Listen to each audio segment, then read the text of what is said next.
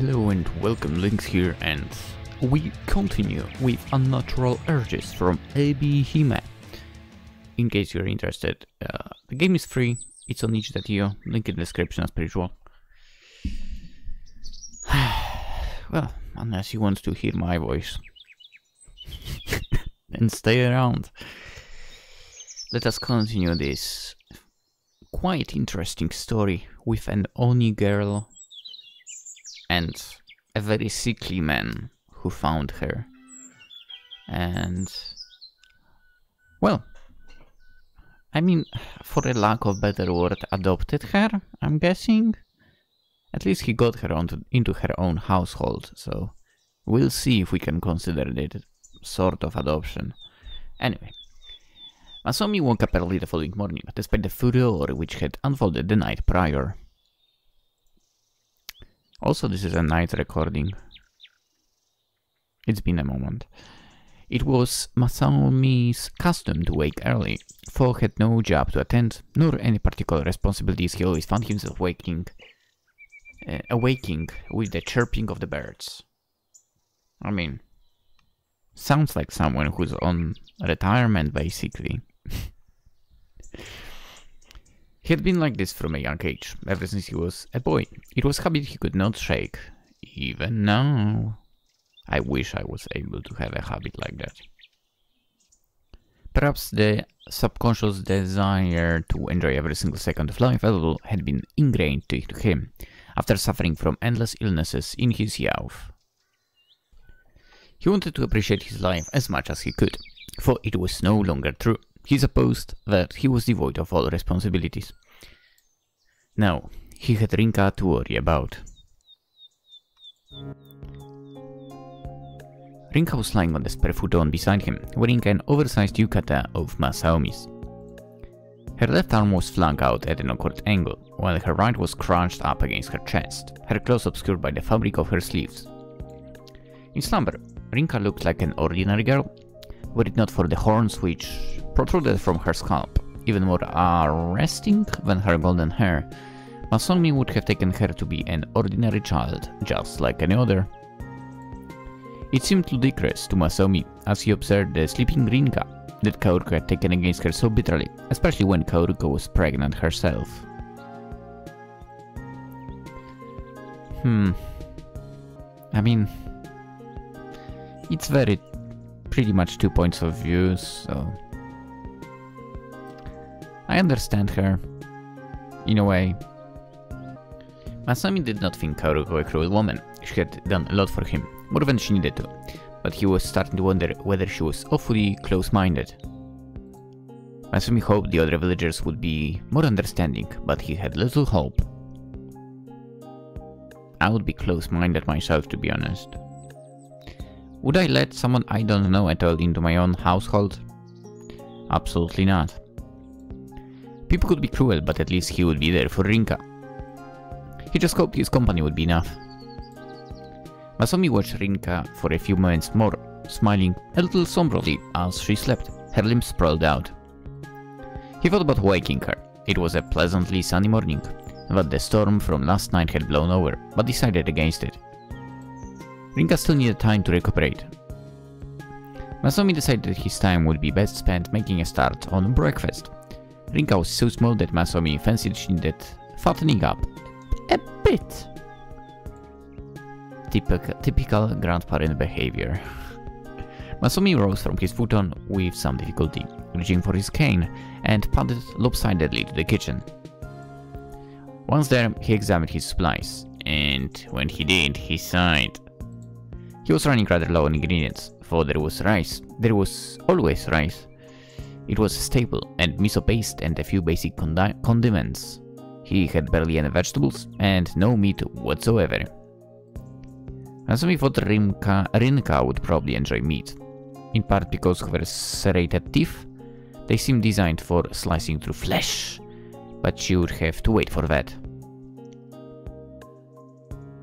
I mean, to be fair, the way her teeth looked like, she's basically, let's say, designed for hunting. So yeah, makes sense with the flesh part, yeah, but it's for hunting pretty much. That's why humans don't have teeth designed like this, right? They don't have teeth for hunting. He had no choice but to prepare a vegetarian breakfast for her. Ugh. At least he had eggs, so that's not vegetarian already, right? And some corn flour starch. That was better than nothing. Masaomi himself wasn't the best in the kitchen, but he knew enough to get by. He wasn't the sort of hopeless man who had to rely upon a woman to do everything for him. Not like Kaoru Kostoshuki. Masaomi was able to whip up a respectable meal with the paltry ingredients he had. He boiled rice, cracked eggs, and fried sliced burdock and lotus roots. He served this alongside a hefty bowl of miso soup which was devoid of tofu. He had run out, for he did sprinkle it with a liberal amount of green onion. Masaomi brought the food to the living room, where he was intercepted by Rinka. She padded down the hallway, barefoot, and looked at Masaomi blearily. What's going on? Masaomi smiled indulgently at Rinka as he set down the food, the boiled rice with eggs, crispy burdock and lotus root, and the miso soup. Breakfast is what's going on. You need to eat a lot so you can be healthy, said the healthiest guy in the room, sadly. Oh, that's a full screen. Whoopsie, wrong button.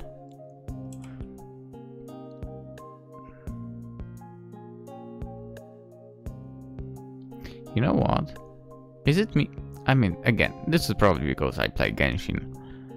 The hands are kinda Arlecchino-like, right? Except for the white markings. Oh! Rinka stared at the food as if she had never seen anything more luxurious. Masaomi knelt and began to serve himself, but Rinka hung back. Shyly, she shifted from food to food, then mumbled, "Is this ready for me?"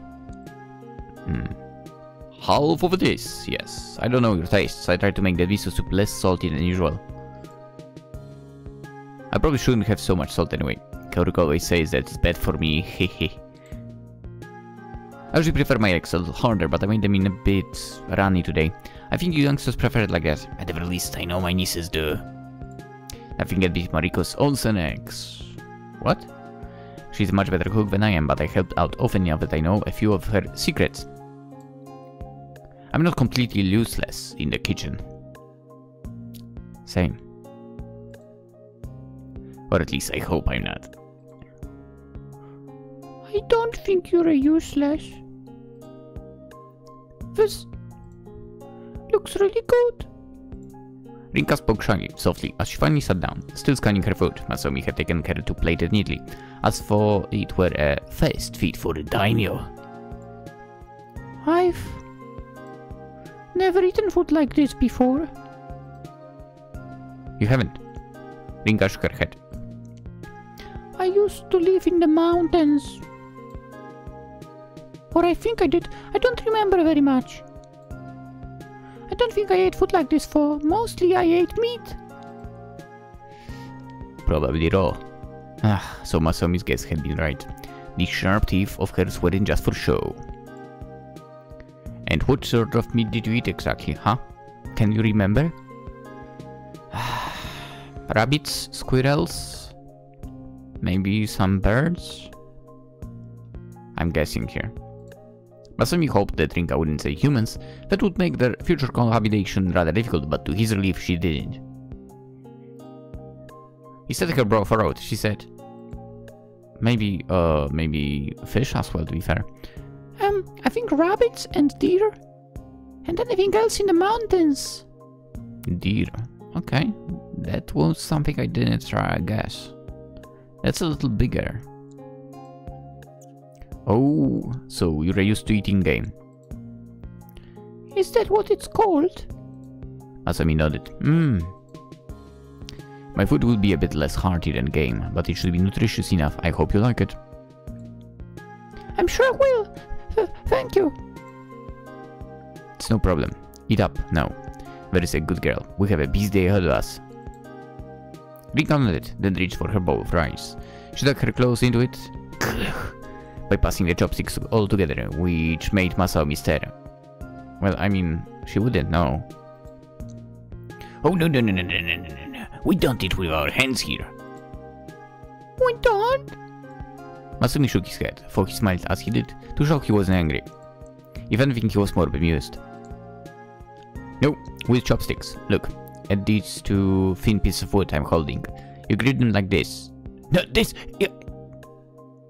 Masaomi rose from his side of the table with some difficulty. His left leg was still giving him grief, but settled himself down by Rinka's side. He took her right hand, which was shaking, and adjusted the chopsticks for her. There, you see? Now that I think about it, I know how to, like, use chopsticks for eating, and to be fair, I also use chopsticks while cooking. I don't know if I do it correctly supposedly correctly, right? I think I just do it, however, I brute forced myself to learn. Because I never tried checking out how exactly you are supposed to do that. Anyway. Like this? Well, close enough. I'm sure you'll get used to it in time. It's not so hard. Now you need to dip your chopsticks into your rice, like this. Masaomi sat by Rinka's side for a few minutes, his own food ignored as he helped her come to terms with Japanese etiquette. Rinka wasn't the tidiest eater Masaomi had ever seen. I mean, she's only 5 or whatever you said. She spilled a lot of rice on the table and down her throat, but she was trying, and that was all that mattered. The intense look of concentration on her face as she tried to lever the boiled rice up to her lips was precious. Masaomi was so amused he had to stop himself from chuckling. He didn't think that Rinka would appreciate that. Masaomi did have to laugh, however, when Rinka dipped her chopsticks into her miso soup. No. You don't need to use chopsticks for that. Even the Emperor would struggle to drink soup with chopsticks, and he's supposed to be the epitome of dignity. For that you can use a spoon. A spoon? To be honest, spoon is a pain. Also, if you think about it, if there is some pasta or something, to be fair, rice as well, it is doable in soup, obviously. I use chopsticks for that. That's this utensil here with the rounded head. It will be a little easier to scoop the soup up with this, don't you think? I guess. Rinka agreed, for she didn't sound wholly certain. She was better at using the spoon than the chopsticks. Well, yeah, but she still looked unhappy about the whole business. This is so difficult. You have too many rules. Do you think so? Wait till you hear of the rules in restaurants. Rinka nodded her head emphatically. I'm sorry. I should have thought this might be overwhelming to somebody who isn't used to it, but try not to worry. I'm sure we'll get the hang of it eventually. Rinka made her progress on her breakfast, only spilling a little of it. She looked frustrated every time the rice slipped from her chopsticks and fell on the table, but she was still doing well. Masaomi couldn't help but feel proud of her, almost, he imagined, like a real father would be. Yeah? While Rinka continued to eat, Masaomi considered his plans for the day. Taking Rinka shopping for some spare clothes was high on his priority list. Though a bit leery about going in the village, Masaomi knew Rinka would attract stares. Masaomi had no choice. If he wanted to take care of Rinka properly, he simply had to risk it. All children deserve to be clothed properly, and they deserve to be fed too. Masaomi's supplies had been running down, and the pantry was worryingly bare.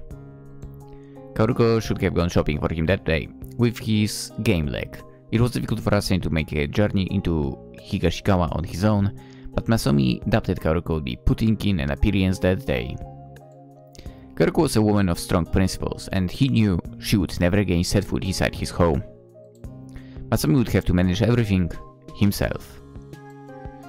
Venturing to the village was a daunting prospect when Masaomi's health was so fragile, but he thought he could handle it. His left leg was aging, but it wasn't unbearable. If he had his cane, he should be alright. Masaomi was less convinced, however, about Rinka. She would be an object of all sorts of stares, if only that. But Masaomi couldn't think of a single way to hide her horns. He considered putting a hat on her head, but the horns were too tall and too sharp. They would poke straight through the straw hat, yeah. He would simply have to pray that nobody noticed Rinka. Maybe if she stuck close enough to his back, they could avoid too many unpleasant stares. It wasn't ideal, but it seemed like the best plan he had. Masaomi calculated the distance to the village in his head as Rinka polished off her breakfast. She was eating quite heartily, so much so a few stray grains of rice stuck her cheeks. Masaomi smiled to see this and leant in. I'm glad you enjoy my cooking so much, but do take care. The food is supposed to go in your mouth, see? I think I was not making the voice earlier. Whoopsie. Gently he swiped a stray grain away from Rinka's face. Then once she had finished her food, he said, Now, how do you feel about going on a bit of adventure? Adventure time! Masaomi had hoped that his foray into the village would be as quick and painless as possible, without any unwanted interrogations. He was worried that Rinka's unusual appearance would make people stare, but Masaomi was accustomed to that. Masaomi himself had drawn many curious eyes, as he had wandered around the village, supporting himself with a cane when he was not yet in his 20s. He started very early, as we know, because of his problems with health. Big problems. Masaomi had courted even more stares, meanwhile, some of them curious while others had been overly hostile when the war had commenced. Masaomi's two older brothers had been drafted for the war, as had several of his acquaintances. Well, he would not be. Masaomi himself, however, had been acquitted, owing to his sickly constitution and his left leg, for had been the right age for it, only 27. Masaomi wasn't sorry that he hadn't enlisted. He was a reserved man by nature, and he hated the thought of causing anybody any harm, but had made him something of a social pariah. He had become accustomed to the whispers whenever he had walked down the streets, the gazes which bore not so subtly into his back when he went about his business. He knew, for everybody had been too polite to say it to his face, that everybody was wondering what he was doing, idling away his time while his brothers were to fight, to kill, and to be killed. Neither of Masaomi's brothers had returned from the war. Dude, so seriously, his lineage will be extinct in the end. And here I thought maybe his brothers, who were mentioned earlier, would have families and so on, but I guess not. Masaomi thought it was a terrible shame, and it was awfully sad given they had both been married. But perhaps the general populace thought this was for the best. Did they have any offspring? For the night they had at least died in glory, for the sake of their country. I would not want that, myself, to be honest. Masaomi meanwhile had continued to live in ignominy, a source of shame for both himself and his remaining family. At least his parents hadn't had to live with the shame of having an infirm son for too long. His father had died not long after he had received the news about both his sons' deaths. So there were 3 of them in total, His mother following soon after. Officially, they had died from illness, but Masaomi wondered whether they had not died from grief instead. Possible. Kind of. In a way. I mean, you can get, like, basically... maybe a terrible way toward it, but... you know, psychical damage from grief. These thoughts began to tail him as he led Rinka into Higashikawa, his hand curled tight about hers, her body half hidden behind his own. Masaomi always felt gloomy whenever he wandered the village. He couldn't help it. He'd been down these streets that he had wandered in his youth with his brothers, when his constitution had allowed it, of course. He would never be able to do that now, for they were both gone, as were his parents, as was Mariko. For many years, Masaomi had been on his own. It was not so now, however. He had Rinka, and he was determined to protect her. Masaomi squeezed Rinka's hand tightly with his own, as if this might be able to shield her from any glares, and for the most part he succeeded. Rinka clung so close to Masaomi that few people noticed her, but one woman did. She happened to catch Rinka's eye, and then she yelped, dropping her bag full of groceries onto the ground. Onions and carrots spilled everywhere, rolling across the stones while Masaomi frowned. That's a nice town, by the way. You know what? If I were to live in Japan, I wish, in a way, the town I would live in, right, would be basically in this style. In the old style. I don't want like 21st century type of architecture, because it sucks. But this style is so nice. He would have bends, if his joints were up to it, to help the one pick up her spilled goods, but he feared he wouldn't have been able to get back up again.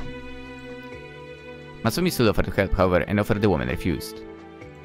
She took one look at Rinka with her red eyes and her horns and shuddered.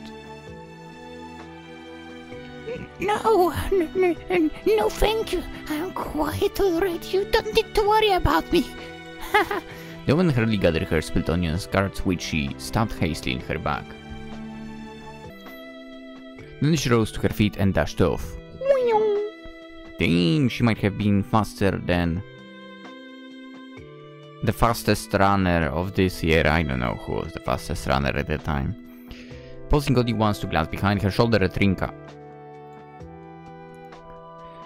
Her face was white, as though she had just seen a ghost. Or maybe that was because she was wearing a lot of powder.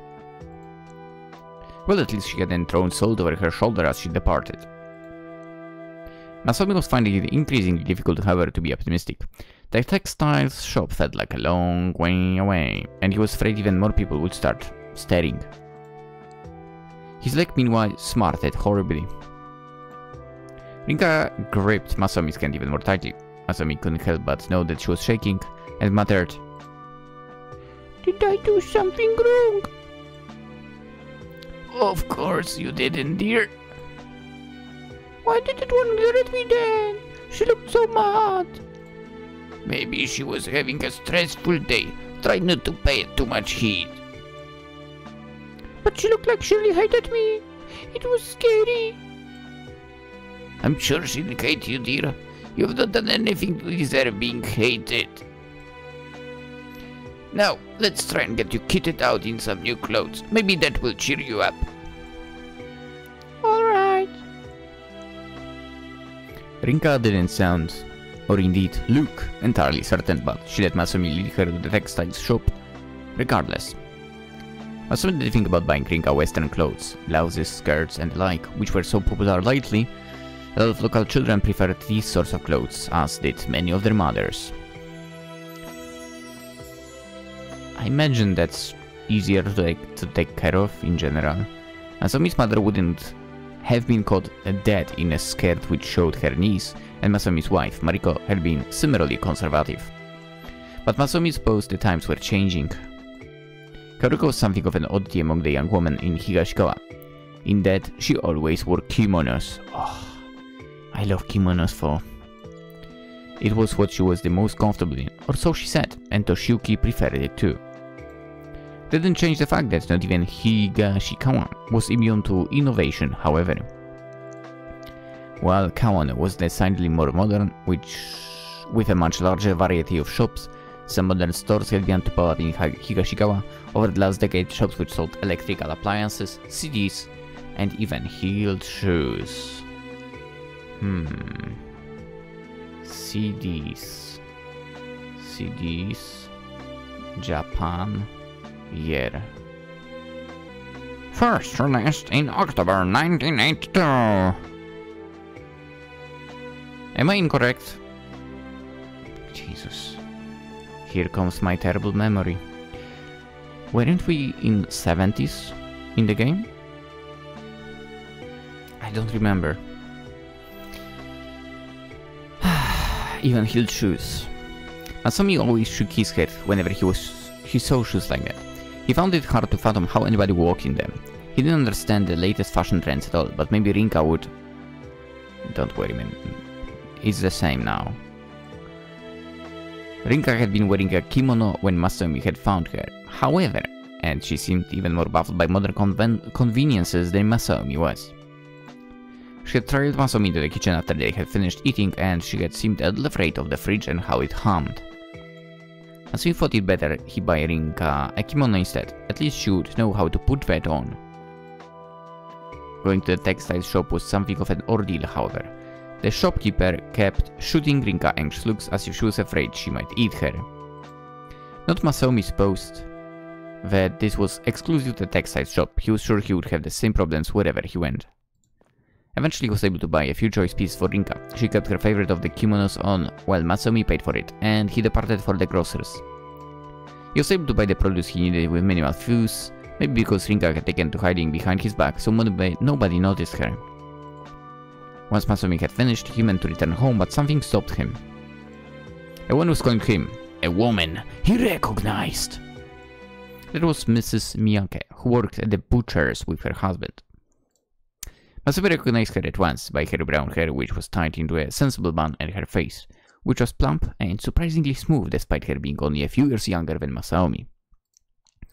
Masaomi wasn't particularly close to anybody in the village save Kaoruko, and even that was debatable, but he quite liked Miss Miyake. Ooh.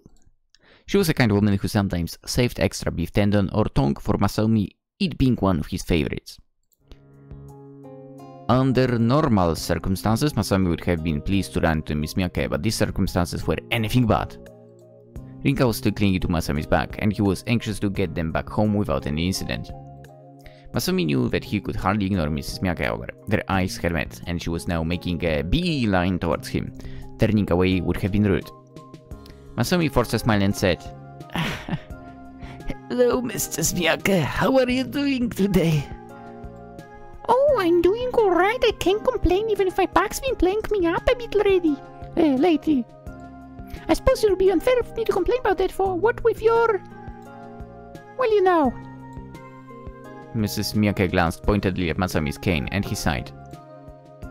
Masaomi was too old to be flustered by comments, oblique or implied, about his cane, and in any case he was at an age where it wasn't unusual for him to use one. He really drew curious looks now. Masaomi had known Mrs. Miyake for some time, however, and she was conscientious about it to an uncomfortable degree. Most people did not remark upon it, but Mrs. Miyake always did. Masaomi knew she was trying to be considerate, but it was also deliberate. It made him feel even more uneasy. He knew not how to explain that without sounding rude, however, and he was glad that Mrs. Miyake seemed more curious about his cane than Rinka, who was still standing behind him. It's alright. My leg hasn't been playing up much lately. I'm feeling quite fit, in fact. Oh, I'm glad to hear it. I know I've been through the worst, Masaomi, not literally, of course. Of course. But it's nice to see you out and about. You don't usually come into the village on your own. I would usually send Kaoruko to do the chores for you.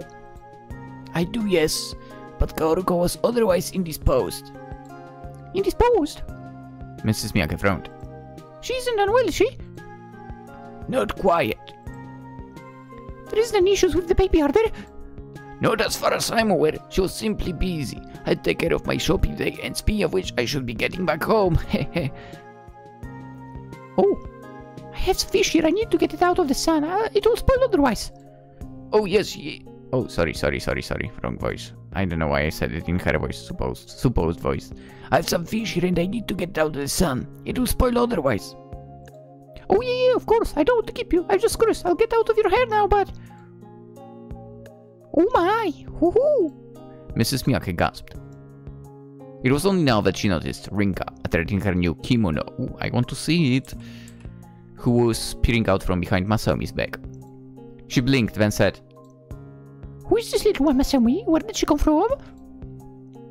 Well... Masaomi frowned.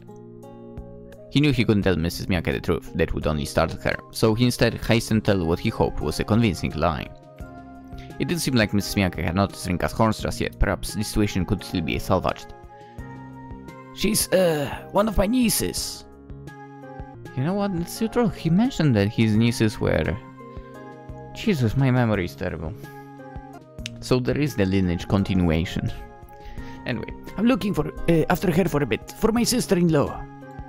Her name's Rinka. Who niece is it? Mrs. Miyake peered at Rinka curiously. Now that's funny. I've seen Haruka before and little Kimiko, but I've never met this Rinka. I didn't know you had any other nieces. Well, I do. Masaomi answered stoutly, perhaps a little curtly. Was he being rude? But he mostly wanted to stop Mrs. Miyake from chattering. Rinka had pressed herself against his back once more, and Masaomi could feel her shaking. She must have been uneasy. Now, really, I'm sorry, but I must go. The fish will spoil. Of course. I don't mean to be a busybody, but Rinka doesn't look very much like Mariko. I only got a glimpse of her. She must be very shy. But her hair... Mrs. Miyake's brow furrowed. It's not like anything I've seen before. It's so fair. Was her father a foreigner, maybe? She's awfully striking. Something like that. Masaomi replied vaguely, hoping that this would shut the conversation down for good. But knowing life, she will continue blabbing. Tiring of the stopping and in an uncomfortable amount of pain, his left leg had started to ache horribly. He turned an apology on his lips when... Oh my! Mrs. Miyake gasped. That's a nice kimono. Masaomi must have turned too quickly and Rinka hadn't been able to shift with him. She had taken an uneasy step back, tottering in her sandals, and in that moment Mrs. Miyake saw Rinka properly. She saw her long golden hair, which fluttered around her shoulders like corn. What in the world is wrong with her? Your little girl is a monster! How dare you, you old hawk! And she also saw Rinka's horns, bloody red at the tips, and pointed like a deadly predator's teeth. Masaomi could not blame Mrs. Miyake for being surprised, but he wished she hadn't been quite so loud about it. Mrs. Miyake's fearful yelp had been loud enough to draw curious eyes.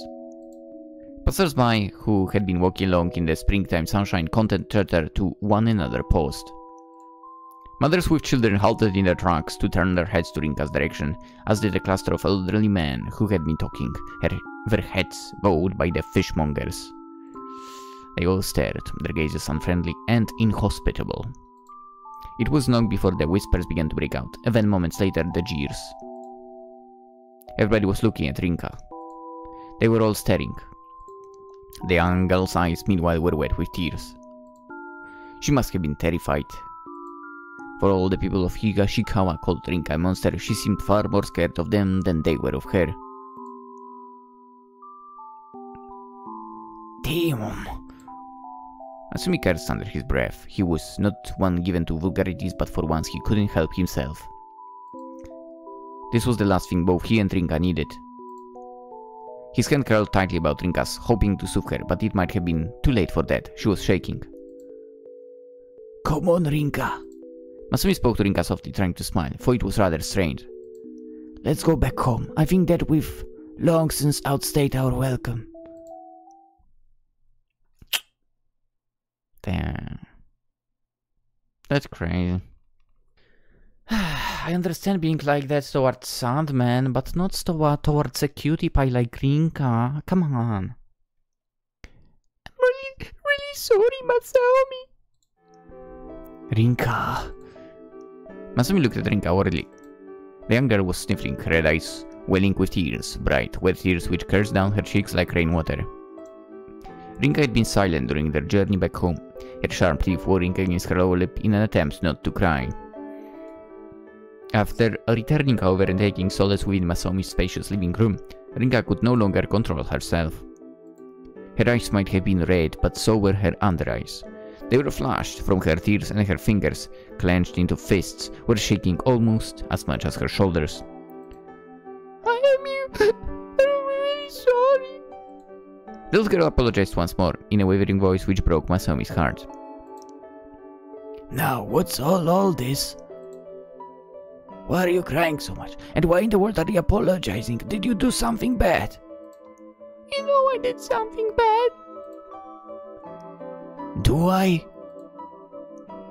Now that's funny. I can't seem to recall you doing anything particularly naughty unless I'm going senile in my old age.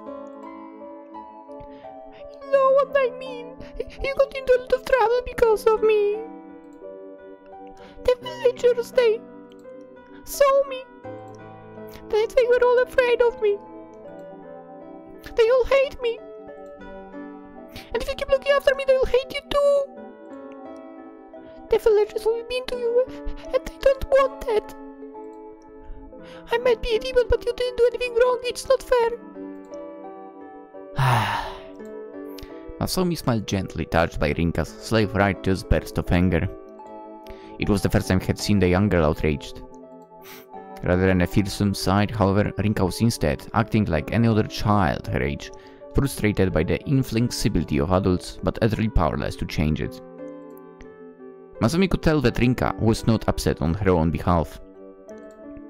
She seemed to regard it as a matter of course that the villagers would turn against her, that they would all despise her.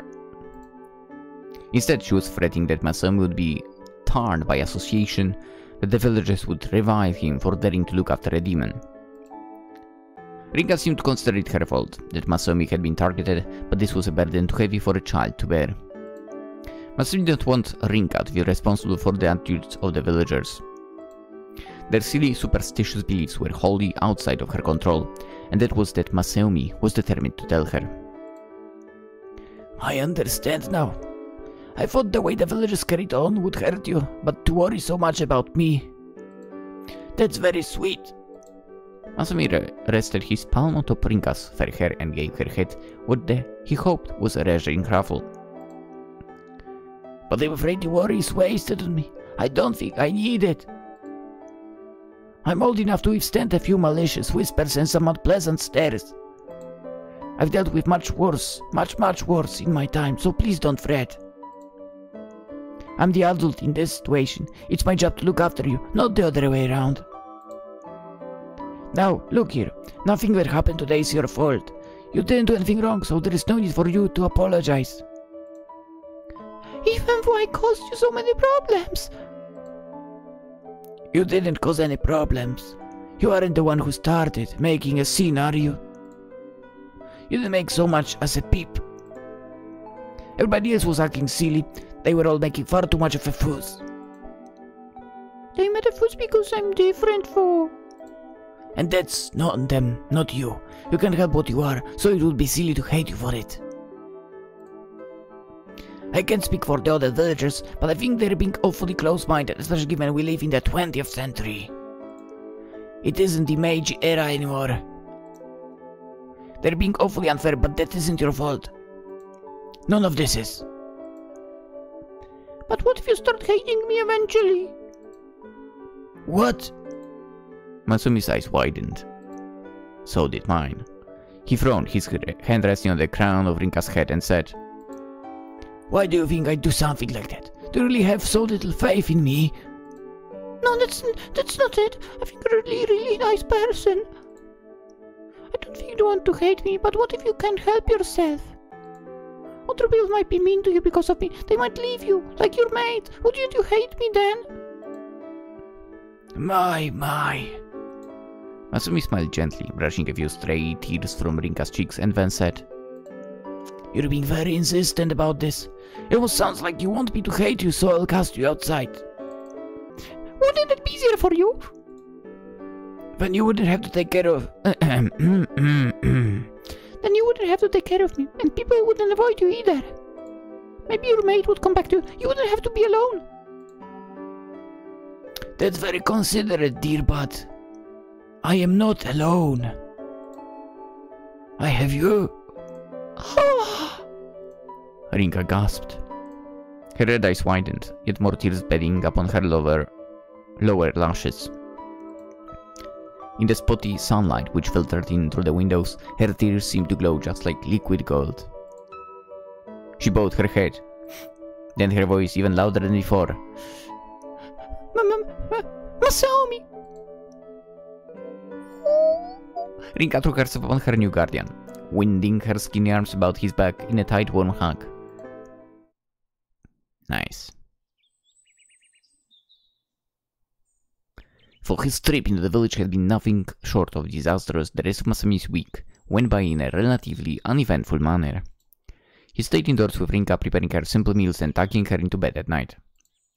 Rinka, as it transpired, had a rudimentary understanding of hiragana and could only read a small handful of kanji. Wanting to broaden her horizons and feeling a pang of nostalgia for his school teacher days, Masaomi started to teach Rinka how to read. Nice. He repurposed the children's books stashed away in the storage room, which Mariko had bought for the children they had never had. Interesting. And sat with Rinka on the veranda, tracing the large, blocky characters with his index finger and going over the pronunciation. So basically that shows they really wanted the children, huh?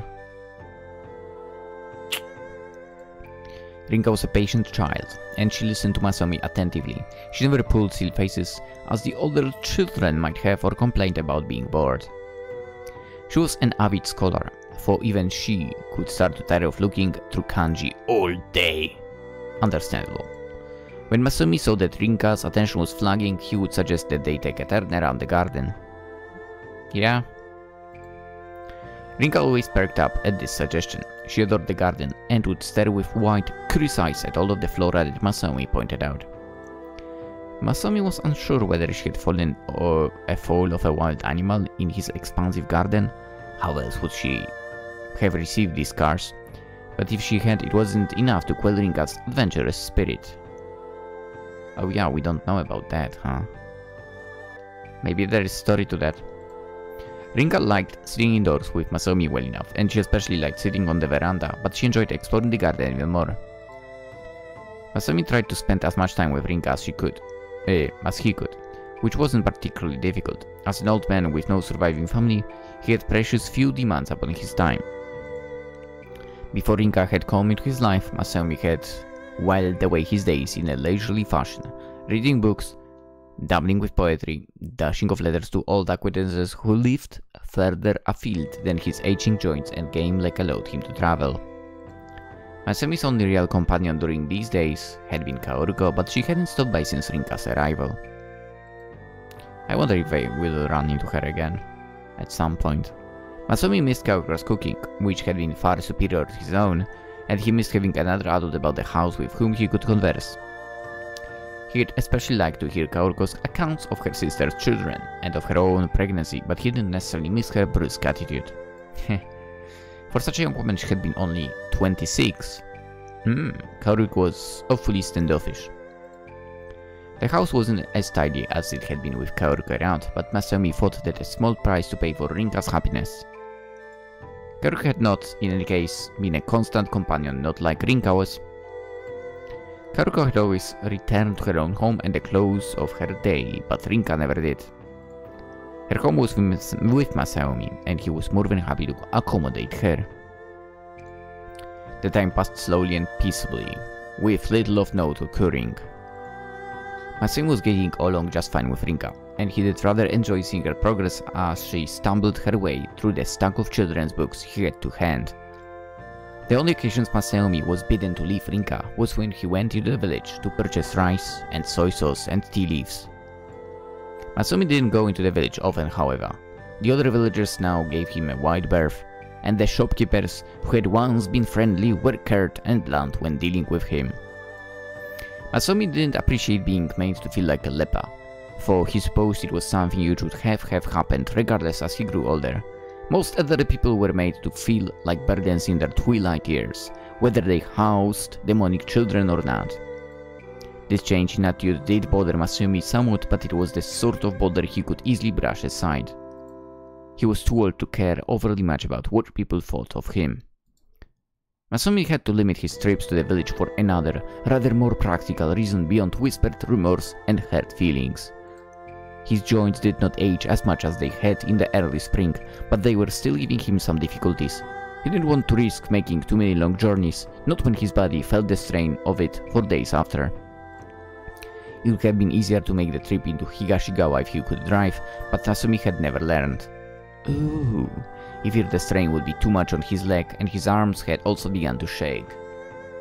It is not the time yet for that, I guess. Those years back then. if he was in the 21st century, given the fact that it's his left leg, I believe that is problematic. I mean, technically he could be driving an automatic, given that you can basically drive it using only one leg. It's less fun driving, to be fair, automatic, but in his case it will be a good thing. He was hesitant when it came to new technology in general, and he even struggled to use the rice cooker which Mariko had bought him. Masaomi was getting... I don't have a rice cooker as well. Masaomi was getting along well enough, however, despite his limited mobility. There were a few hiccups with his newfound domestic life with Rinka, but it was on the whole a pleasant experience. Nice. She was like the daughter he had never been able to have, the daughter that Mariko would have adored, if only she had lived long enough to see her. Rinka might not have borne any physical similarities to Masaomi or Mariko. Her hair was still distinctly golden, her eyes bright red, but she was sweet and kind and mild-mannered, just as Masaomi wanted to imagine any daughter of his and Mariko's would have been. Maybe. By simply existing, Rinka brought light into Masaomi's life, which once had been so dull and wan, so grey and unexciting, and for that Masaomi was truly grateful. Rinka herself seemed not to be aware of how much she brightened up Masaomi's life, but maybe that was for the best. Masaomi had no desire to put too much pressure upon the poor girl. He simply wanted to live with her, side by side, day by day, as the time slowly passed about them.